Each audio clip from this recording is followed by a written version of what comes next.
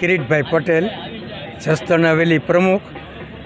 આજરોજ જસદણ ખાતે સિંહાજી હવેલીના સંદર્ભે એક હિંડોળા નિમિત્તે ભવ્ય ઉત્સવ થઈ રહ્યો છે, જેમાં પ્રોસેસનમાં 800થી વધારે વ્યક્તિની હાજરી અને વાતે ગાતે હવેલીમાં પહોંચશે.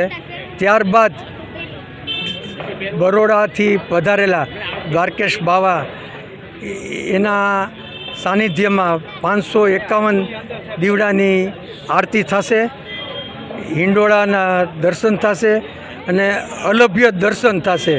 આજે અમાસ હોવાથી કેવું ગ્રીન હરિયાળી અમાસ છે આજે, એ નિમિત્તે ભવ્ય દર્શનનું આયોજન કરેલ છે. આ તમામ શ્રેય જસદણ હવેલીના તમામ કમિટી મેમ્બર્સો, કાર્યકરો અને સેવાભાવી વ્યક્તિઓ દ્વારા થઈ રહ્યો છે, જે બદલ સૌનો જસદણ હવેલી આભાર માને છે.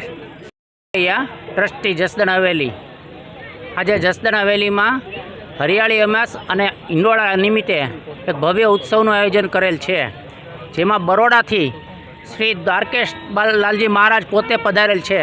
દ્વારકેશ લાલજી મહારાજ ખૂબ મોટી હસ્તી છે અને એમના વચનામૃત અને એમનું સાનિધ્ય મળે એ વૈષ્ણવો માટે ખૂબ લાભદાયક વાત છે, લાભની વાત છે.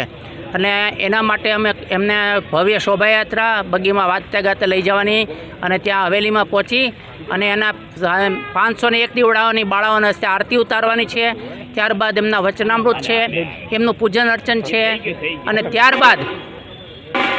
ત્યારબાદ બધા માટે મહાપ્રસાદનું આયોજન કરવામાં આવેલ છું.